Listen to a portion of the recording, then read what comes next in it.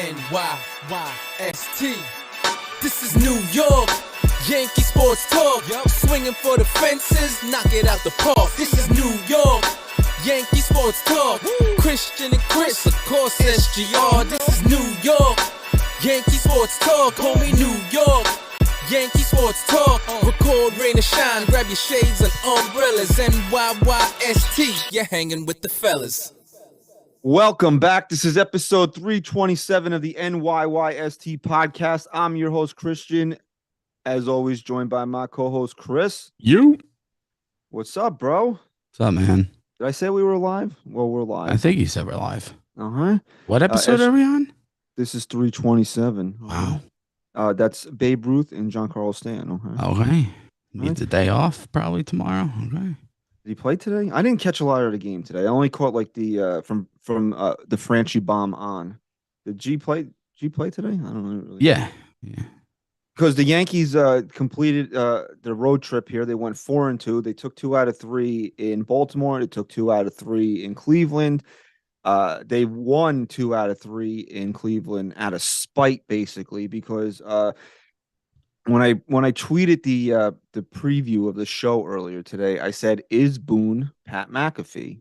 And I figured most people know Pat McAfee, right? Yeah, for the most part.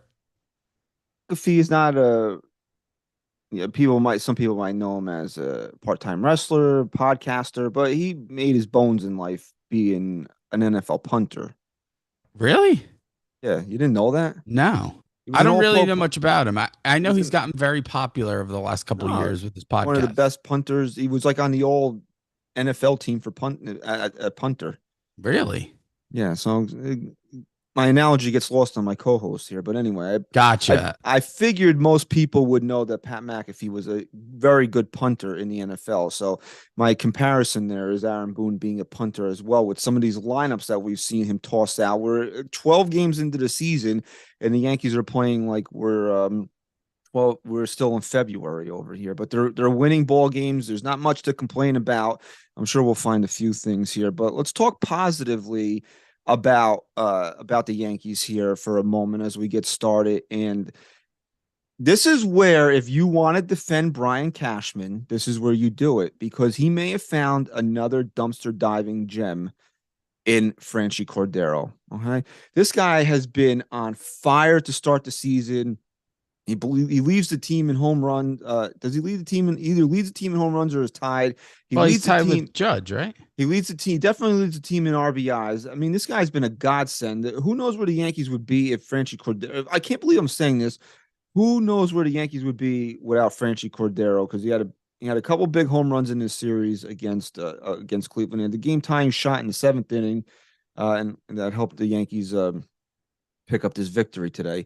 So, I mean, I don't know what to expect out of him. I think he had 4 home runs all of last year when he was with the Red Sox. He's got 4 home runs already this year. But this is one of those things that Brian Cashman does, and people are like, "Oh, Cash God." But, you know, in reality, it's a low-risk maneuver that the Yankees made here, and it's paying off for them right now. His career high in home runs is 8.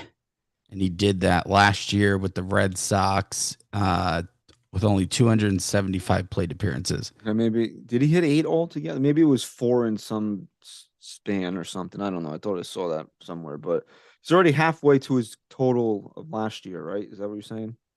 Already halfway through, and yeah, it was some span. I remember them saying it, but it was. I mean, he's clearly catching lightning in a bottle right now, and it'll suck the day he comes back down to earth. But you never know, man. Players kind of ride a wave like this, and he's clearly got the power, right? I mean, these aren't just like cheap fucking Higgy bombs that just clear the wall where, Higgy goes off on his home run tears and he hits like 4 in 6 games and they just clear the left field wall. These are fucking bombs, and they're in big spots too. So he's just riding high right now. So you have to, whenever you type Franchy, it's all capital letters. Okay? Correct. That's how you type Franchy. Okay. So I had it first. Any son of a bitch that has done it since then got it from me. Okay. So I want everybody to know that I'm putting that out there right now. I was the first one to say it. Okay. And this goddamn camera, I'm gonna one of I these actually days. like when it says El Gato. El Gato. Do the Yankees have an El Gato? I don't think so. At least the microphone's working this week. We got one problem fixed. Yeah, So can't win them all.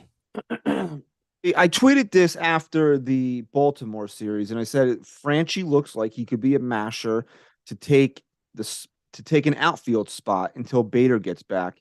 And somebody tweeted back at me. He's like, "Oh, you don't expect him to continue to do this?" And I said, "I literally put a timetable on it. Can Franchy Cordero ride this until Harrison Bader comes back? I think that's all we're really asking right now." Well, he's already done enough to like. If he didn't hit one more home run and they played him every day till Bader comes back, you'd still say Franchy did way more than you expected him to. And he's had some nice plays in the outfield too, like his arm. Oh, I mean, I'm not expecting a Franchy Cordero All-Star appearance this year, but you know, the Yankees have found the guy. He's playing a role. He's playing it really well. He's coming up big, and it's that next man up mentality. The guy's getting an opportunity. He's playing. Who knows if he even finishes the season with his team? Somebody said, "Oh, it'd be DFA'd by July," and if that's the case, so what? You got way more out of him than you could ever hope for. This guy was signed, well, what, like 13 minutes left in spring training? The Yankees brought him in, and he's helped the Yankees win a couple of ball games already. So, I mean, that's more you can say about a lot of guys that are on this team getting paid a lot more money than him. Yeah, absolutely. And like you said, where the hell would this team be through the first 12 games if he wasn't in the lineup? Willie Calhoun. Okay, Willie's got a good bat. No, he's a hitter. I mean, I don't know what to expect out of him either. He got a couple of games this series. He's got quick bat speed. The problem with the Yankees is I guess people wanted to call this like a punt lineup today, but the Yankees were kind of shorthanded again. DJ LeMahieu, I love DJ so much, man, but we're 12 games into the season. This guy's dealing with an injury already. Yeah, well, Torres couldn't have been too hurt because didn't he come into pinch run? Which I didn't know because, like I said, I didn't really pick up the game till late, and once I got home, I still wasn't like really into it until like the ninth inning, and I saw Torres out there, and I was like, oh, I guess he's okay. And then I read later on that he pinch ran, so I guess he's feeling better, good enough to run there. But I mean, DJ's dealing with a quad. I didn't hear any updates on how long he might possibly be out. They But this said is, day to day. yeah, but man, this is still it's disappointing, I guess is the word I'm looking for, man, because he's come back. He told Susan Waldman, he's like, oh, I completely forgot what it was like to play pain free. And then I mean, like we're 12 games into the season, and he's missing games due to injury. And like we said, man, he's the guy that makes this offense tick. When he's out doing DJ LeMahieu things out in front of Aaron Judge, this is when the Yankees are at their best. Well, another thing too is like there's players out there that can play through injury and they still contribute. Mostly power guys, I feel like power guys, if the injury isn't really bothering them too much, they can play through it and you don't really see much of a difference. But man, when DJ's even 90% compared to 100, there's a huge discrepancy.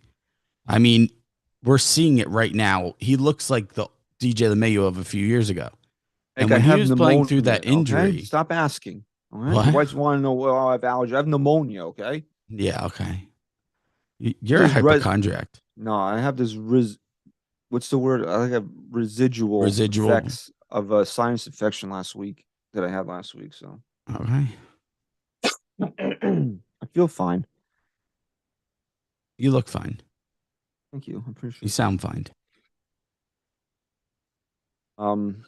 Anyway, what were you saying? Yeah, DJ LeMahieu, you're right. You mentioned this last year. DJ's the type of guy, it doesn't translate. Like there's guys that can play at 85%. He just doesn't seem to be one of those guys. We're not saying that he's not a tough guy. I mean, we know he tries to gut it out and play through these things, but DJ needs to be 100% in order to really be productive. Well, he's such a versatile player and he's such a good hitter. He hits the all parts of the field. He is just a smart baseball player. Everyone knows how versatile he is in the field in different positions. And it's like when you're dealing with something on top of that and you can't be 100%, it's tough for a guy like DJ. And he'll play through anything. It doesn't mean he's not tough, like you said. He just it just doesn't translate on the field as well as some other guys. So the Yankees fucking need him healthy, man. I don't know. They have him day to day, and who knows what that means. But it's April. This team, has won 8 of their first 12. I want him healthy. Just get him healthy. Yeah, I mean, if you take a look at this Cleveland series, the Yankees didn't score a ton of runs. They busted out for 11 runs in the middle game. I guess this is the first time in a long time we can really say Aaron Judge kind of looked like shit in this series. He really didn't look good. He was taking some really weird swings, man. When's the last time you've seen Aaron Judge take like one of those check swings? Yeah, but didn't back to back. Didn't he have a home run? Not in this series. He just missed. He just missed one. I think he drove Quan to the track in the 8th. Oh, right. I'm thinking of the last game in Baltimore. Yeah, I told you, man. Some stadiums, it's just like guys can't pick up the ball as well, and they played at the Times, first. they played at 6 o'clock. Yeah, the first two games. Those are the first 2 6 o'clock games of the season. It's still April, so that could be tough. The backdrop is a little weird, and you could just tell he wasn't picking up off speed pitches. I told you last night, those 2 hits he got, if you really go back and look, the first one was a fucking meatball. If he didn't hit that one, there's a huge problem. And the second one, he was completely fooled and out in front. He had a great secondary swing, and he has so much power that he was able to punch one into a hole, but he looked so off, especially on the off-speed shit.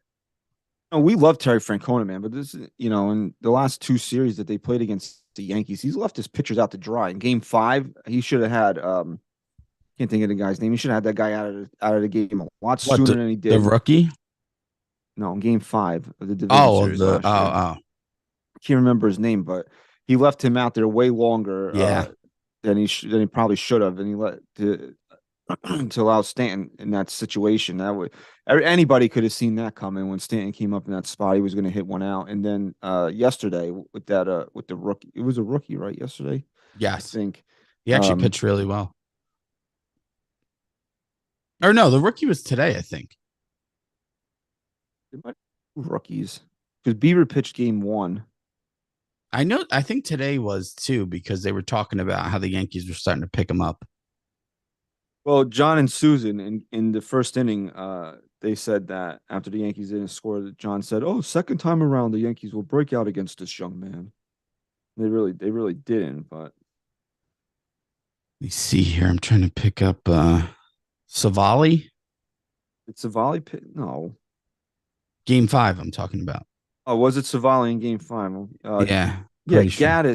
Gaddis pitched yesterday for the Indians. He's I can't say that. We're gonna get kicked off. Oh, okay. The Guardian. Hunter Gaddis. He's got he's got 5 career games and he's pitched 3 of them this year. So I guess you would consider him a rookie.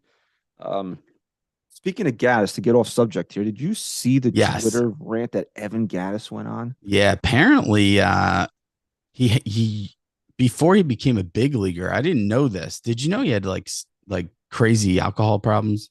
Yeah, I had heard that about and him. Then he cleaned his shit up and he went to a tryout, he got drafted, whatever. Look, I'll never make fun of anybody with addiction problems. That's just not how I am. No, but people are speculating. I really hope to God that he's not, back on a bender with the way he was tweeting the other night, because he said some inappropriate things to some women too. Did he? Yes. Oh, I didn't catch any of that. But people are speculating that he might be. In addition to what he said about the Astros. So just real quick, because I really don't care, and it doesn't change my opinion any. Do you think, now that he admitted that he knew what was coming when he hit that home run off of CC in Game 7, does that change your opinion? Are you like, oh, the Yankees should have won now? No, because I knew he knew. Like, does it bother you that he admitted it? Like, no, I actually respect it. I actually respect it that he had the balls to do it. that he had the balls to admit it.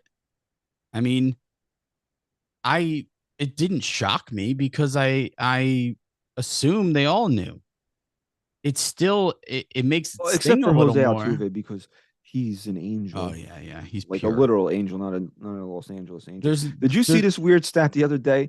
The actual baseball team, the Angels, they lost 4-3, and they got all yes their hits from from Otani and Trout. Otani and Trout. It's so sad, man.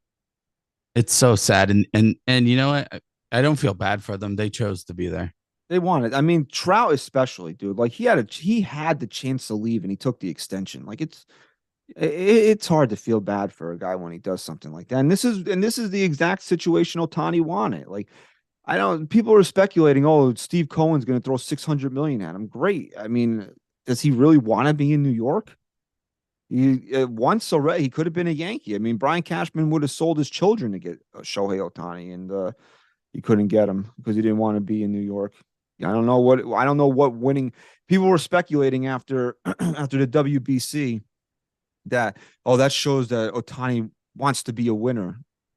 If Otani really wanted to be a winner, why'd he go to the friggin' Angels when the Yankees wanted him? Who, honestly, this is not being a Yankee homer here. Who has a better opportunity year in, year out to win, the Yankees or the Angels? Yeah, I mean, I it's not mean, even close. At least right now. I mean, if you really think about it, the Angels have the pieces in place over the last couple of years to make some moves and do something, and they just don't. oh, you're not hurt. Your feelings aren't hurt that Evan Gattis admitted. No, I actually respect it. And it just goes back to what we say every single time. The Yankees didn't lose because the Astros scored too many runs. The Yankees lost because they didn't score any runs. And the At the box scores in Houston, you know why the Yankees lost. I mean, they didn't lose because Houston knew what was coming. They didn't score enough runs. It was plain yeah, and simple. plain and simple. And then people would be like, "Oh, but if they didn't know, fine, okay." What the excuses the Yankees offense have not for not scoring then? If the Yankees were It's losing still seven, fucked up. I It's mean, if the still Yankees were losing awful. 7-6 games in the ALCS, then I may feel differently about this. It's still awful, right? It's not like I'm giving the Astros a pass. I think that was really fucked up. I'm sure plenty of teams did similar shit. I'm not naive. I get it. But they didn't get caught the way the Astros did, and the Astros won a World Series. The thing they won the World Series So doing it. so yeah, it's fucked up, and especially to a sport that I love as much as I love baseball. But at the end of the day, I'm still a realist. I know that the Yankees could have still fucking, despite them knowing every pitch that was coming, they still could have and should have won that series. They could have easily won that series, even with the Astros cheating. Um, so a couple things I want to talk about here positively here also is the pitching, starting pitching. In Minus Schmidt. Well, this is the first game the Yankees won all year with Clark Schmidt on the mound. Carlos Rodon had a little bit of a setback. He said he had some back tightness, but Boone said it was only going to set him back like a few days. But I mean, that could be an extra start for Clark Schmidt. Like, I don't need any more of Clark Schmidt on the mound. Yeah, but you know what? We talked about this before the season started. Through these injuries, the Yankees had to do what in April? Play 500 baseball. They're 4 games over 500 right now. They stole a couple games where teams in the past, Yankee teams in the past that were this injured probably wouldn't have. So if I have to do one more round of fucking Clark Schmidt than I would have if he didn't have a little setback, I'll still take it if they're winning ball games. The fact of the matter is that based on 12 games, so everybody's probably been through the rotate, at least twice, some guys 3 times already. Johnny Brito is the 5th starter on this ball club when everybody's healthy. They better not fuck this up. They cannot fuck this up, man. Because I know it's only been a couple starts, but I was really impressed with him in Baltimore because he didn't have shit and he still gutted his way through 5 innings where you would have seen guys with a lot more experience blow up on that mound because the reputation for Brito is that he's one of the best strike throwers in the organization. He couldn't find a plate against the Orioles who can mash. That's a good young team Yeah. out there. They need pitching, but they can hit. Absolutely. Ruben, thanks for the membership. He just signed up for a 4-month NYYST news package. He said, I Sierra? completely agree. It is Ruben Sierra. Okay. They spelled the same. Said, I completely agree. 2017, we just did not score in Houston. Our pitching was pretty solid, even with the cheating. Yeah. I mean, a lot of Yankee fans don't want to admit it because it's easy to be bitter about it. I mean, like I said, it was fucked up. But Johnny Burrito, is that how you say it? Or is it Jahani? Oh, it's Johnny. Johnny Burrito. There's guys that can come up and in a short span of time be successful, and you still don't really know if they're ready to be here. Which is what the Yankees told you with Luis Heel. Right. What they ended up being right about because he couldn't throw strikes. But You the don't know how much of that was him going up and down and back and forth. But this kid's got some nasty shit. But the rep on him is that he throws a lot of strikes. The day Burrito's debut, you could tell he was geeked up a little bit in his first inning. Yeah. And he said he didn't have that out pitch. I said, don't worry, it's coming in the second inning when he settles down, because that changeup is filthy. He's got the stuff. And I'm telling you right fucking now, man, if the Yankees screw this up and he's not the guy that they're filling in the 5th spot, they're making a major mistake. Saturday in Baltimore, Burrito went 5 innings, 3 hits, 1 earned, 2 walks, 2 strikeouts. So, I mean, and the most impressive thing was his moxie on the mound, his guts, his ability to get through 5 innings when not really having his best stuff on the mound. So, I mean, that's the type of things I look for out of a young pitcher. Like, show me what you have inside. Well, everybody that makes it to the major leagues has stuff. What makes you special? You know? Yeah, he's zoned in for sure. He doesn't seem to be fazed by much. And I think that's been the biggest criticism of Schmidt, right? He came in, his first big moment was that moment where everyone flipped out because he came in with the bases loaded. That was his first moment ever. That was his major league debut. That was his debut, right? And he shit the bed. And I was willing to kind of look past that because it's his debut and whatever. But I mean, Clark Schmidt really hasn't shown me much as a starter, at least, to where I'm confident he's a guy that can keep the game under control. Well, the problem is that the Yankees are going to look at the number situation and who can be expendable. And, they're going to look at it and say, oh, Burrito's got, options and he wasn't ever supposed to be here. And you would really hope that based on the way they've been handling things so far this year, with naming Oswaldo Cabrera the starting left fielder out of spring training, with naming Anthony Volpe the starting shortstop out of spring training, and only giving him 1 day off when we all kind of thought that maybe he needed a day in Baltimore, because that Friday night. He was really, really pressing. But that you would hope that the Yankees are looking at this and saying, listen, who's the top 5 starters? Well, right now, Johnny Burrito is one of them. Until he proves otherwise, it doesn't matter what the numbers are. Maybe Schmidt is better suited for a bullpen role. I think so far, based on what we've seen out of him, he's had the most success out of the bullpen. Maybe even if the Yankees, they need the depth. So I'm not going to say to just trade him for a project or maybe a middle reliever or something. The same thing with Herman, right? They're going to need the depth. But again, he's another guy, you could stick out in the bullpen. Now, I don't know what their love affair with Alberto Abreu is, but he's a DFA candidate to me. And I don't think he's allowed to run so far yet this year, but he's allowed some inherited runners to score. You gotta make tough decisions and think about it in the long run. Who's going to be more vital to the success of the Yankees this year? Alberto Abreu. I'm not picking on him. I'm just looking at a possible DFA candidate. Who's going to be more vital to their success this year?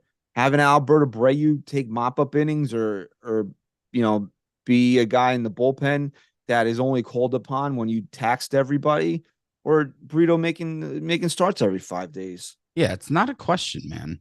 It's not a question. And I'll give the Yankees the benefit of the doubt because other than Aaron Hicks still being on this team, I think they've made a lot of different moves that we're not used to over the last handful of years, like Volpe being up and, you know, starting him on fucking opening day and actually having DJ out there and not starting Hicks on opening day, all things that I really like. And so I'm going to give him the benefit of the doubt and say, unless Brito implodes over his next however many starts, that they will go with him, because I'm hoping that winning is now more important than shit like who has options.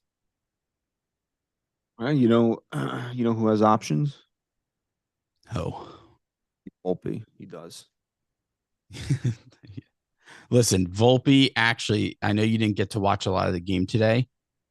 He looked like a completely different hitter at the plate. Oh, had the game in the car. I know he led off the game with a double. He led off today, and John gave everybody blue balls in the eighth there. The way he called Volpe's fly He hit it out. hard. He hit hard. Like legit, like watching it had a chance, or is this like John being John? No, like, okay, so for someone doing this, announcing games for 100 years, shouldn't have been fooled at all. But he did hit the ball hard. Judge's was close. I mean, I think Judge sent Straw right back to the wall. Yeah, it was a Straw, Quan, one of the two. Who cares? Quan, whatever. Before we get into Anthony Volpe, because I do want to talk about him, let's talk about Gerrit Cole, bro. I know you hate him. Shut the fuck. I love Gerrit Cole. Well, now you love him. Well, look, Gerrit Cole, he's rubbed me the wrong way in certain situations. I feel like when he was struggling and people were on him about the fucking spider tack and stuff, he was kind of a little bit of a whiny bitch. And I don't like that in players. I think that he would get in his own head. And I really, especially as someone who's your ace, I didn't like it. I didn't like where he was headed. But I told you the other day, man, I think you were 1 year off on the SMD Gerrit Cole tour. And I really think this year could be the year where Gerrit Cole puts it all together in pinstripes. And you just got to hope that the rest of the rotation gets healthy and they can fucking be a powerhouse. Well, I tweeted this last night. Last year, Gerrit Cole gets lit up in that game. Absolutely, 100%. Gave up 2 runs in the first inning. Clearly didn't have his best stuff. Somehow this guy got through 7 under 100 pitches. Boone still pulled him, I guess, based on. I mean, it was a blowout at the point. I still would have probably let him out there, just because he's your horse. I get it's early in the season. I get but bro, score. how taxed is our bullpen already? I understand that, but didn't Abreu finish the game? Didn't he throw the last 2 innings? Yeah. So I get it. I see both sides of the coin. Like, I'm not mad about it. Like, there's situations where he's gonna pull a Cole and I'm gonna be pissed about it. I'm not mad that he pulled him. I just would have let him go last night. I would have definitely sent him back out. I probably would have too, but I'm just telling you, I have to be fair about it. I'm not mad that he took him out of the game based on the situation. No, they won. So what if Abreu comes in, gets the bases loaded, gives up a grand slam, then all of a sudden the Cleveland is right back in it, and then they have to go to someone else. Then are you pissed?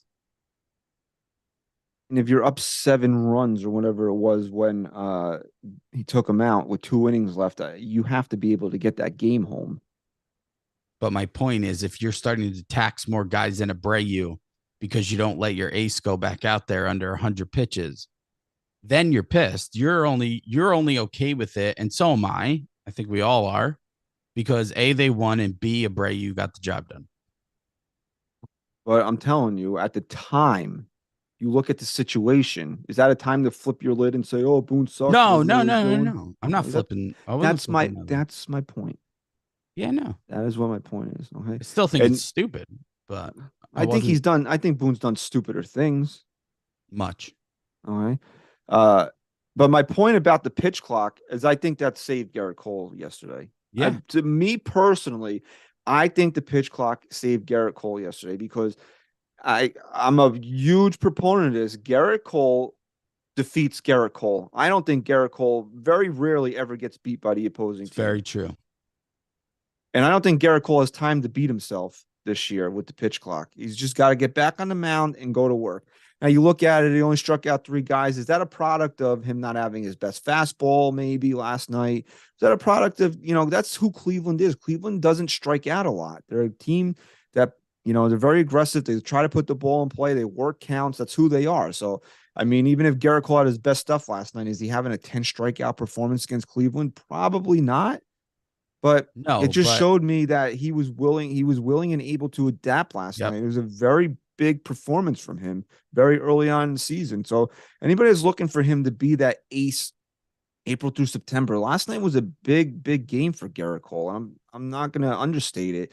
But I do want to say this, like, who do you know that, I mean, there's very few people, and if they are, it's to the point of delusion and are bigger Gerrit Cole apologists than I am, right? no one on the earth. Okay. You got to stop with the Gerrit Cole's underrated shit. He's not underrated. Like that's all I saw leading into his start last night. Like, have we gotten to the point where Gerrit Cole is underrated? No, Gerrit Cole is not underrated. Gerrit Cole was. Correct me if I'm wrong, bro. What was Gerrit Cole brought here to do? To be one of the best 3 or 4 pitchers in all of Major League Baseball? Was that not what he was brought here to be? That's what not only what he was brought here to be, but that's really what he was. I mean, that's what people expect of him. But when he takes and last year, honestly, he took a huge step backwards last year from being a top 10 pitcher in the sport. People look at his MLB The Show ratings, and he was. I don't even know if he was like a 90 or whatever, but Rodon was rated ahead of him, and then all these top 20 lists, like where Gerrit Cole was placed, and people are like, oh, this guy's better. Gold, no, but dude, you look at his season last year. If you're looking at it objectively, he was not good. Regular season. Regular season, yes, he was not good. And Ace, I'm telling you, you guys want to fight me on this, and that's fine. But nobody, I'm telling you, you all know, if you listen to the show, you know how much I love fucking Gerrit Cole. He was not good last year. You cannot call yourself the ace of a staff, pitch to a 3.5 ERA, give it the most home runs in the league, and think that's a good season. I get it. And people are using, the strikeout record and takes the ball every 5 days. I admire that about him. He takes the ball every time Aaron Boone hands it to him. He has done that in his entire career with the Yankees. That's one of the most admirable things that he does for this ball club. He's reliable. The best ability is reliability. People always say that, and that might be Gerrit Cole's best ability, right? Takes the ball every 5 days, strikes out a ton of guys. But read deeper than that, dude. You need a better performance out of Gerrit Cole than what you got from him last year. And so far this year, he's given it to you. I know it's 3 starts. He's got 27, 28 more. Yeah, but that's big. I have such a better feeling about him after watching him last night than I did at last year, because you remember that game in Detroit last year? They couldn't even make it out of the second inning. Well, there's 2 points. And that was very early on in the season too. Wasn't that like his second or third start? No, because it was right around this time. Yeah, I was in Florida and my kids were on spring break. So, Ruben, thanks for the super chat. He said, if Cole wins the Cy Young, Yankees can deny him his opt-out clause by guaranteeing a 10th year for $36 million, making his contract 360, 10 years. So the Yankees started at home against Boston in Toronto, and then went on the road against Baltimore in Detroit. And Gerrit Cole started one of those games in Detroit. I'm not. It was the first or second game of that series, but 2 points I want to make. First is that one of the criteria for being considered a true ace and do you scuba? Excuse me? Ever saw Along Comes Polly? Or I think I have, but not only like when it first came out. Want to go scuba? No, I didn't see it enough for that, but I'll watch it now for you. Or if you do or you don't. I mean, I've seen it 1,000 times. It was one of those like inoffensive. I call them inoffensive comedies because they're not really funny, but they're not really bad. It's just background TV that that ran like 100 times. So whenever it was on, you just put it on and watch Put it like on, 20 yeah. minutes of it. Do that It's with Ben Stiller. shows, not so much movies. It's Ben Stiller and Jennifer Aniston. I mean, like, Can't go wrong. can't go wrong. First thing is, part of being an ace is being reliable. I mean, that's part of it. And Gerrit Cole shows up to that part of it all the time. But last year, that 3.5 ERA wasn't just the 3.5 ERA that blew it for him. It was, if you really go back, I mean, the Yankees they went on that crazy run, right? But people forget that was bookended by two really, I mean, the start and the end of that season was underwhelming for sure and concerning. And the Yankees got lucky that they had that stretch of. Started off really hot last year. I mean, like, as they got into things before they hit the middle of the season where they went on that stretch. They fell off the face of the earth. I think you're confusing yourself. After the stretch, they went. Remember, they started off. They had that historic start to the season last year. Everybody was like, "Oh, they're comparing them to the '98 Yankees," and then they couldn't win a game for like 3 months. Okay, and then they played really right. well They for like the last 5-6 weeks of the right. Of They the did season. stretch that out. You're right. So, in those times when they were really struggling, Gerrit Cole pitched a lot of games where you were relying on him to pull them out of it. And instead, he did the complete opposite. And that was what was the most concerning to me. I mean, he could have had a 2.8 ERA. It was in those moments where he failed. And that was what was most concerning. The calendar turns to October, and he is the guy that you expect. Right. So you forgive him. So you can forgive him. Well, I'm just saying, like, I need that season out of him. That fuck you, god damn it, I'm Gerrit Cole season, where everybody looks at him, and they know he's got the biggest dick in the room because he's fucking the best pitcher on the planet. Well, that's the type of guy that I need to see pitch for the Yankees this year. And so far, that's who he's been. Well, Stanton better not be in that room. Okay, that's true. They don't call him Dig Dick for nothing. Okay. Like Gerrit Cole at the short here, or is it just solely based on performance? Based on performance. I don't care what he looks like at this point. I actually like him better with the long hair. I think this seems to be working better. But this seems to be working. So if I see it even, like, it looked like he cut it even shorter this past start, and I'm all for it. But if I see it start growing, Cole. Yeah, if I start seeing it grow again, I'm done. I don't think Amy's gonna let it grow though. Well, Amy calls the shots, so if she wants it long, it's gonna be long. Amy. I think she likes it. Who else would have approved the haircut in the first place? You got to get wife approval on it. She probably cuts it for him. Look, I'll admit, bro, my wife cuts my hair, but I don't make 36. You shave your head. You shave your head. I mean, why spend money at a barber? Just a matter of convenience too, Right. But I also don't make $36 million a year. If I did, maybe I'd go to a barber. They probably don't go to barbers. They probably have a barber come to them. You think a guy like Gerrit Cole makes a phone call and the guy comes to his house? I don't think he even has to. I think the Yankees have an in-house barber.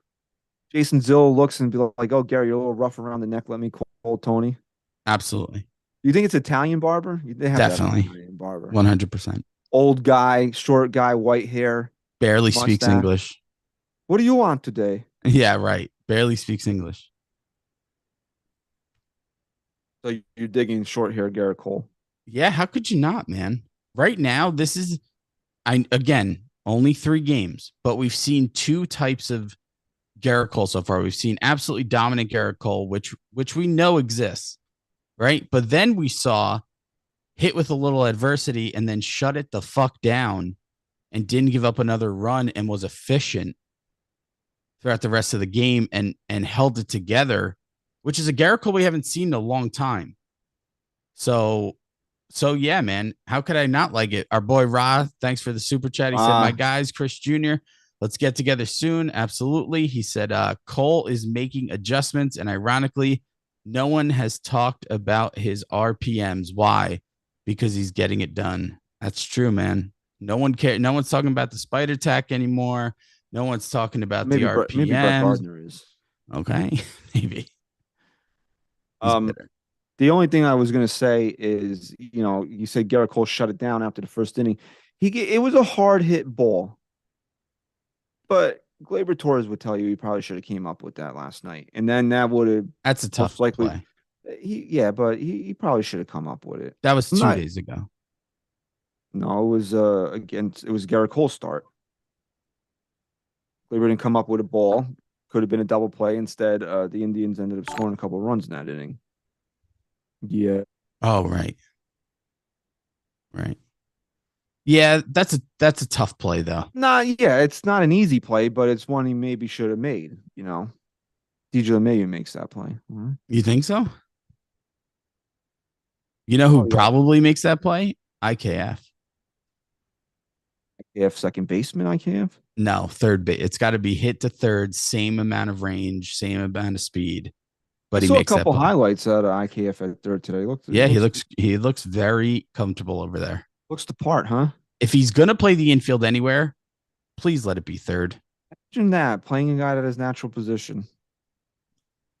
Such a shocker. Instead of playing guys in positions that they haven't played in 10 years. There's two things I want to get to, unless you got anything else you want to say about Gerrit Cole. No, nothing more. There's two things I want to get to before we talk about Volpe. We're going to try to stay positive during the season. Yankees are winning. Why be negative? And save the negativity for the end of the show. That's kind of how we're going to roll here. As long as unless they go on a fucking.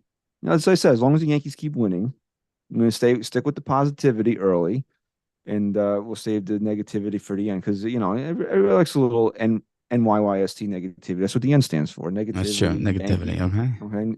Negativity. Negative Yankee sports. Okay. Michael King has really looked the part the last few times out. He looks like Michael King again. Thank God. They need him. I don't know if the Yankees can win. You might call this a crazy. I don't know if the Yankees can win a World Series without dominant Michael King. No, not if they're not going to get another guy, right? I mean, Michael King has to fit that part. He has to. They said this on the bullpen falls apart.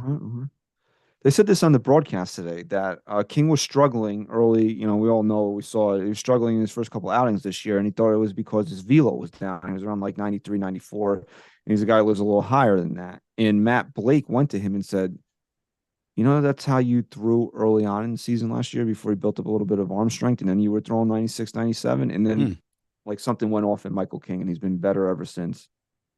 It's interesting. I think he's looked way better. I was starting to get a little concerned, to be honest, just because he's coming off that injury. But guys have a little dead arm. Some guys take a little longer to build up, but he's definitely adjusted. The reason why he was injured last year is because he had to bail out Aroldis Chapman. We all know this. This is scientifically proven that his elbow would have never broken had he not had to come into that game. Right? Yes. Chapman, for a miracle in its own right, has been consistently around 101 to 103 so far this season. Why is everyone so hung up on that? Because he could have barely cracked 95 a lot of the time last year. No, I think that's wrong. I think Chapman still his threw velo fucking was hard. Way down last year. But there was a lot of games where he couldn't even hit 100, where he was not coming close to 100. Hold on a second. Here we go. Please don't make me defend Aroldis Chapman. Gonna, because you want to. His issue was never velocity here. Yes, it was. No, it wasn't. There was times last year, and more often than people want to remember, his velocity was down a lot last year, especially at his wildest, and that's why I think. But wasn't that before he was hurt? And then they announced that he was hurt. Well, I don't know, but I think Chapman's biggest issue is that he can't throw fucking strikes. That's his biggest issue, but also his velocity was down last year. Okay, but that might also have to do with the fact that the Yankees, and I'm not blaming the Yankees here, because I think when Chapman got that slider down, it was fucking filthy. But the Yankees were transitioning him into a junk ball pitcher. Your mic cut out. His velocity was down. And then my mic didn't come No, out. I because whispered it. no, because I can inception you. No, because he's been throwing that slider now for a few years.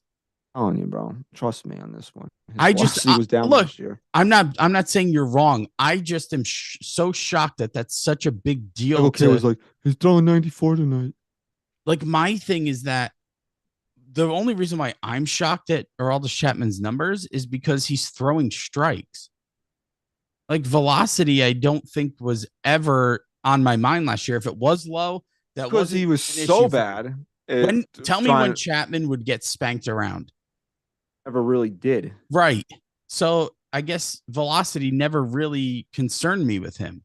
But right, because his bigger issue was that he couldn't throw strikes. But I'm telling you, he had issues consistently throwing 100 last year. All right. So can we agree then that, okay, it's crazy that he's throwing that hard, but the bigger shock is that he's actually been successful. All right. So if he continues this path, do you want the Yankees to trade for him at the deadline? Absolutely not. Because if you remember, he was absolutely lights out at the beginning of last year. I think his big was it last year or 2 years ago when we were saying he could win fucking MVP if he. No, it was definitely 2 years ago. He was never that good at any point last year, and I think the Yankees are done with him because he basically quit on the team last year. Of course, I mean, I would hope. Because he wasn't guaranteed a roster spot in the division series, so he didn't even bother coming up to New York to work out. Just not a good look. Jailhouse tattoos, bro. I mean, you're only making $25 million a year. You can't hire a fucking tattoo artist. Yeah, I forgot about that. I forgot that was the reason. Bicked himself and he got a fucking infection. Fuck.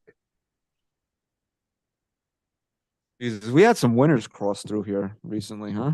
When you look back sometimes at some of the stretches that some Yankees have had, they're tough to think back on. And it's such a shame because Chapman did have some pretty good moments here. And he blew them all in October. I mean, I'll remember Chapman for two things. One will be that he didn't matter the situation, didn't matter who he was facing, whether it was the beginning, the top of the lineup or the bottom of the lineup. It didn't matter. He always kept you on the edge of your seat. And the other thing I'll remember him for are the home runs he gave up in October. Into Rafael Devers. Yeah. I mean, overall, Chapman, except for really last year, Chapman was really kind of, he played the part. It's just that he gave up, the home runs at the worst possible time.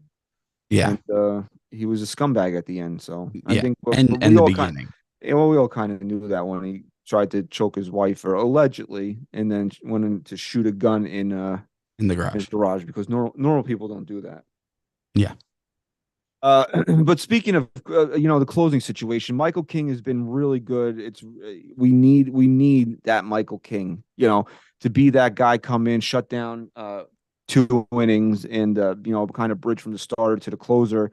Problem is, who's the closer, right?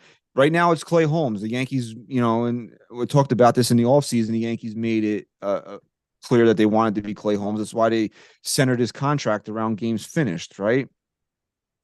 Problem is that I saw Clay Holmes nearly blow a game today without giving up a hit. Well, he hit somebody, but didn't give up a hit. I like Clay Holmes. I'm not saying Clay Holmes can't be good, can't be a valued member of his bullpen. I don't think Clay Holmes throws enough strikes to be a closer on a championship team. And the biggest issue with Clay Holmes, too, is that splitter's so nasty that if it's a close game and you're walking guys into scoring position, then you start to overthink with that splitter. And slider doesn't throw a splitter, he throws a sinker and a slider. The sinker, sorry, not a splitter.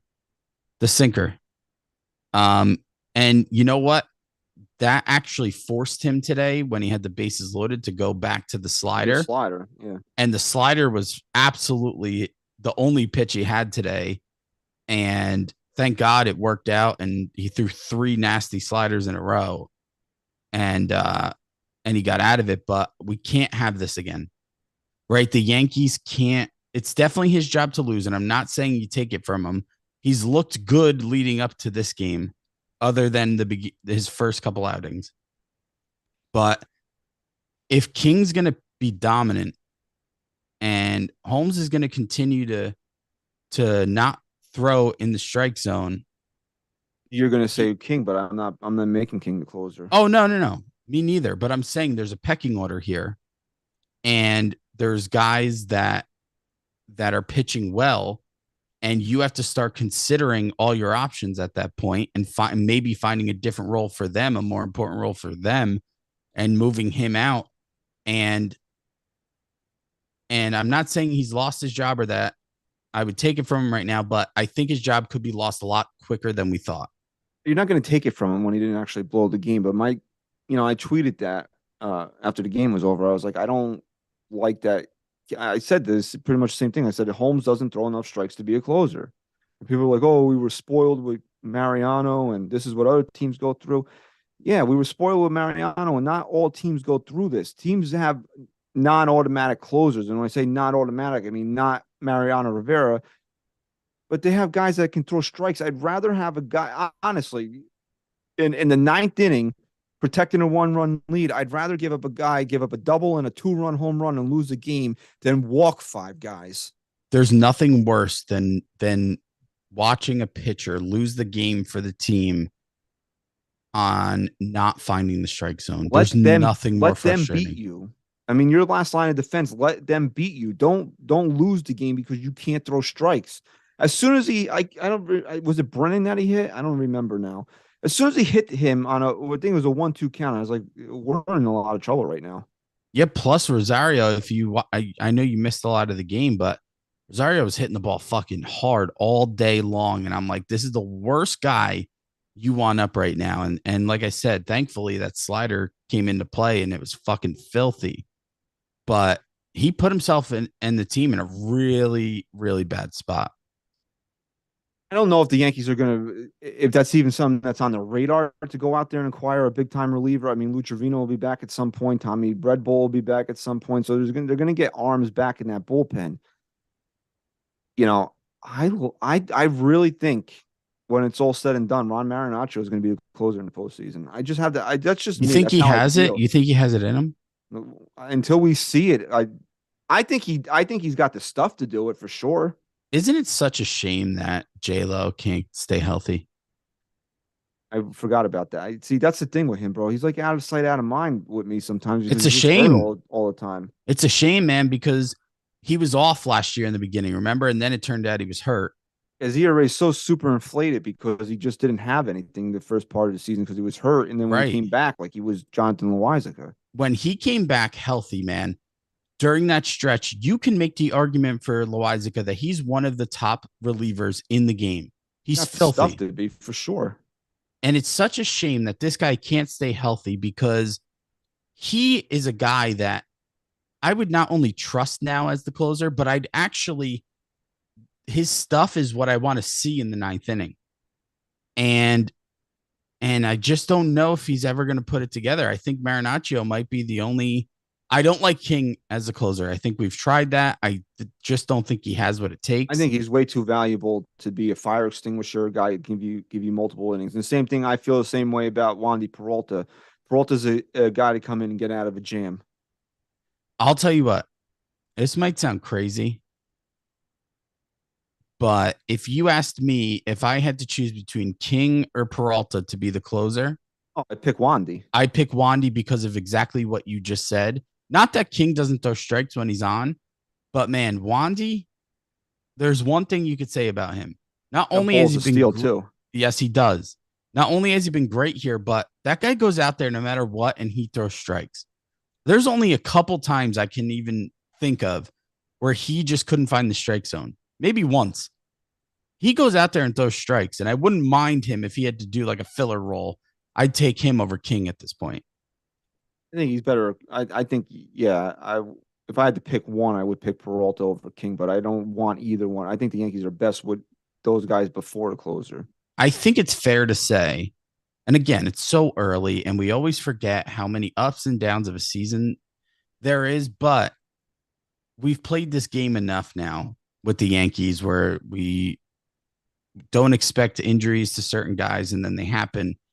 I think it's fair to say that if the Yankees want to be serious come October, I'm not saying it has to be an elite guy, but they have to get another reliable guy in that bullpen. Not Colton Brewer. No. And I this is nothing against him. It really isn't, dude. He might be the nicest guy in the world. He might be a very valuable member of the bullpen as we go through the season here. I can't wait for the day Ian Hamilton is DFA'd. Yeah. I cannot hear the word Slambio one more fucking time. Yeah. I want to put my head through the fucking wall. Yeah. Yeah, we get it. We know cambio means changeup. The Spanish ball players call changeup a cambio. He throws a slider that moves like a changeup. Oh, wow. You guys are so fucking inventive there. Yeah. I can't hear that word again, dude. It's like sickening. Yeah. Get your Slambio t-shirts at NyynewsTV.com. He's quickly becoming one of those guys that I feel like the Yankees are going to rely on in close games that they're down. And like he's going to be AJ Cole. AJ Cole, he's going to be who's the other guy who pitched really well for us a couple years ago, and then last year they used him 4 million times, and he finally came back down to earth. He was like 54 years old. Licky. Oh, Lucas Licky. Yeah, he just reminds me of a Licky from last year, not the year before, because Licky was actually really good. Where like here, his entire tenure here, especially they didn't pitch in the major leagues for like 12 years. Yeah, they definitely overused him though last year. Oh, for sure, they definitely did. Okay. All right, so we're gonna wrap up the show here with this, and we're gonna be at least I am. I'm gonna be pretty blunt about things. Anthony Volpe, what is he? What is his exact stats right now? Because I want to batting like 150. I'm going to pull him up too. pull it up, not out. I'll pull it up and out. No, Let's see. They changed the format. Batting 143. Okay, that means I love you. No home runs. 2 no extra RBIs. 479 OPS. Okay. Anthony Volpe has played 11 major league games.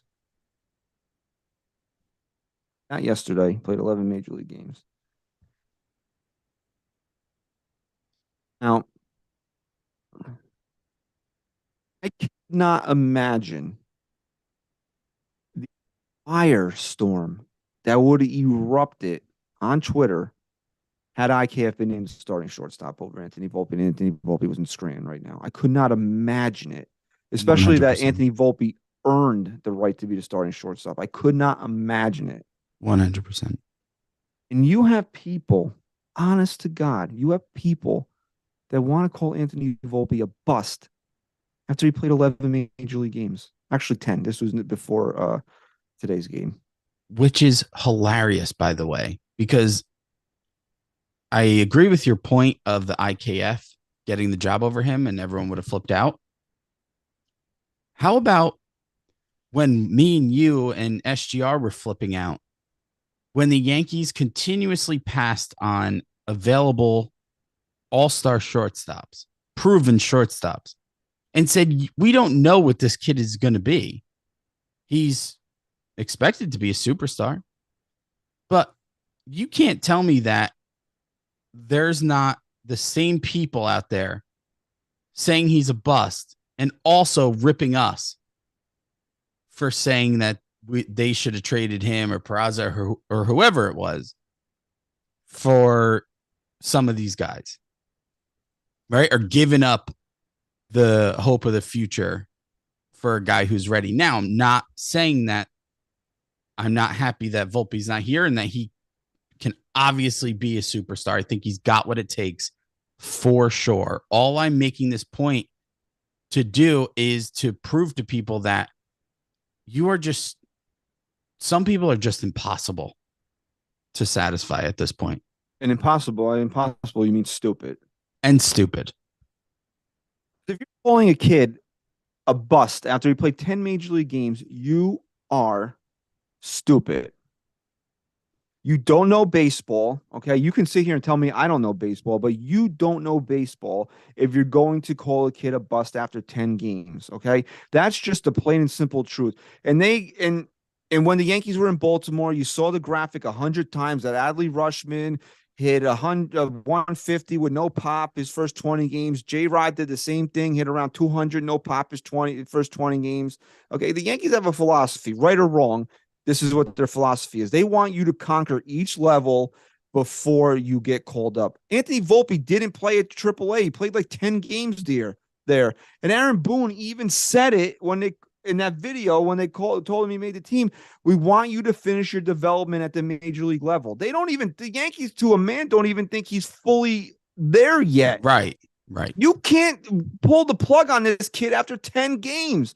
Yes, we saw him press, and we've seen him take some really bad at-bats, but that doesn't mean the kid's a bust. It means the kid is adjusting to major league pitching.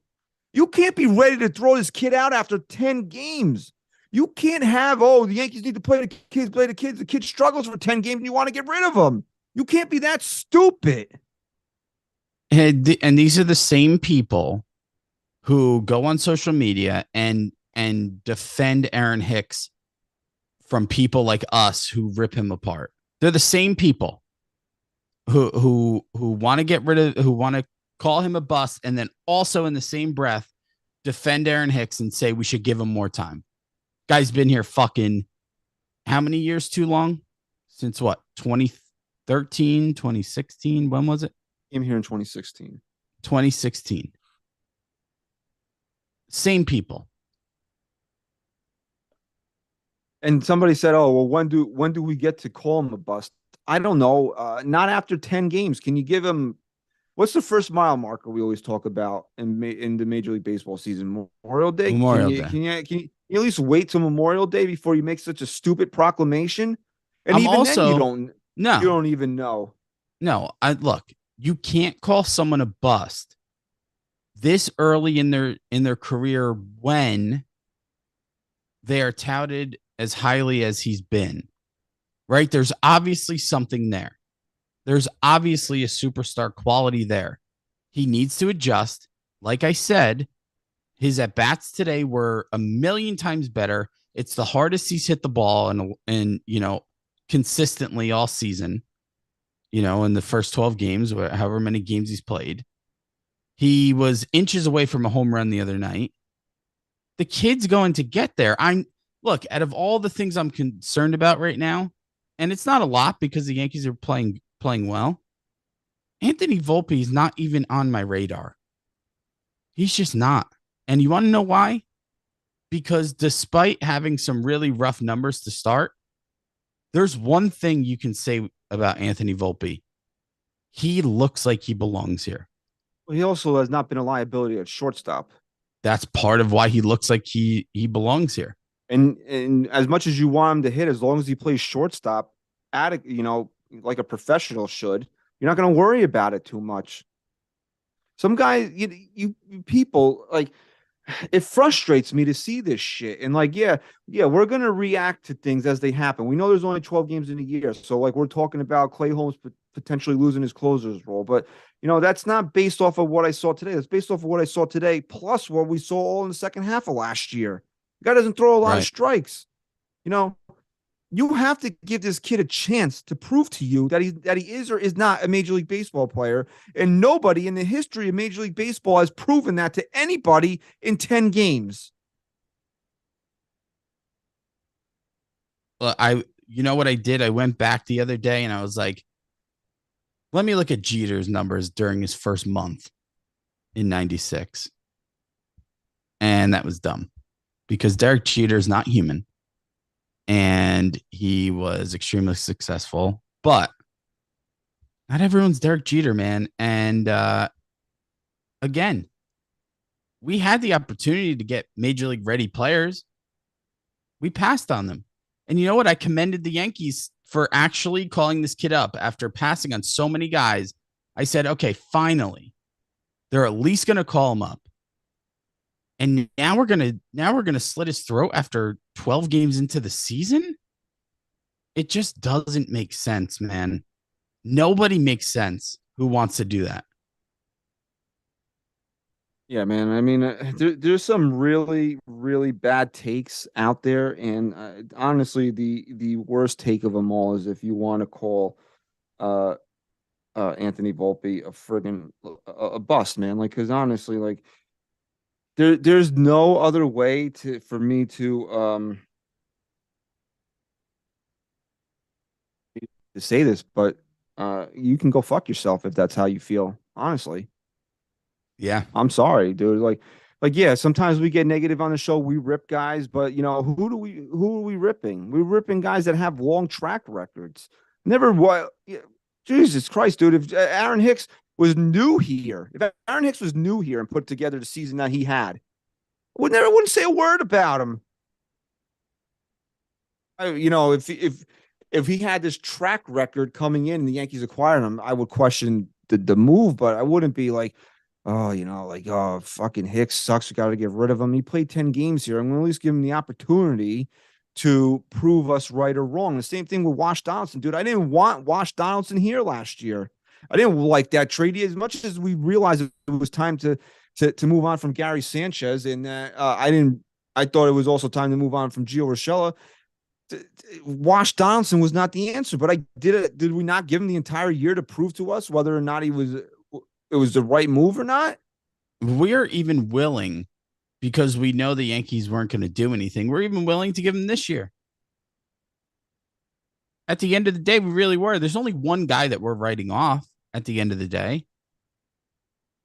There's only one guy that we've been adamant about writing off, and that's Hicks. And I think that's completely warranted. So you can't sit there and say, oh, I'm a Yankee fan, and then out of the other side of your mouth say, oh, Anthony Volpe's a bust, because you're just a loser. It's just how, plain and simple. You're a loser. Agreed.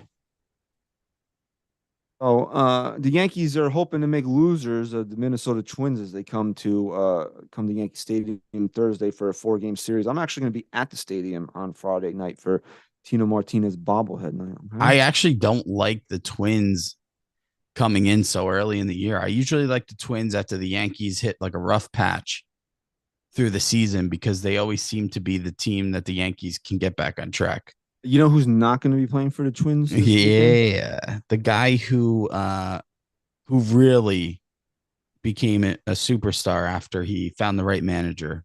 I think it's a Fugazi injury.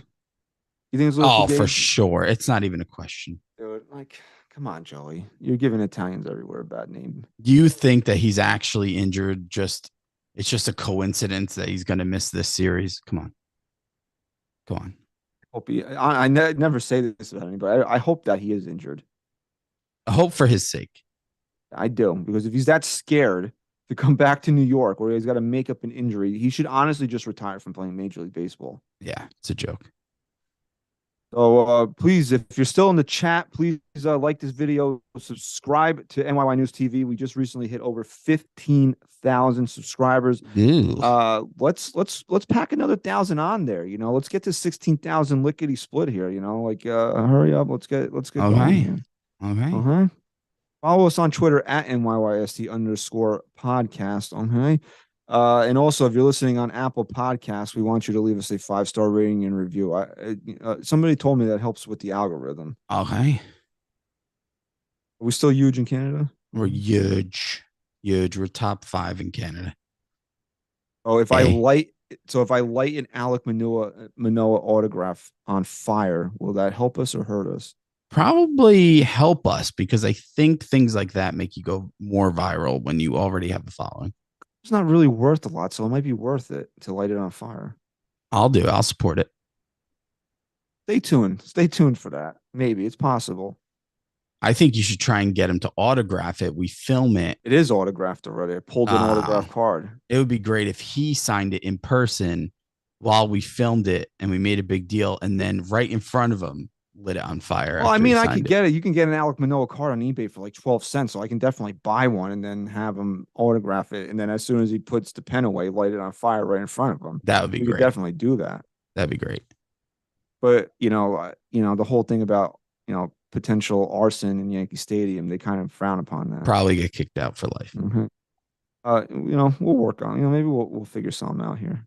Okay.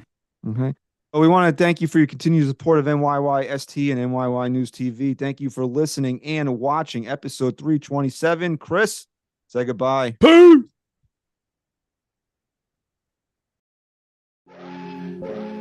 Before it hits the front page,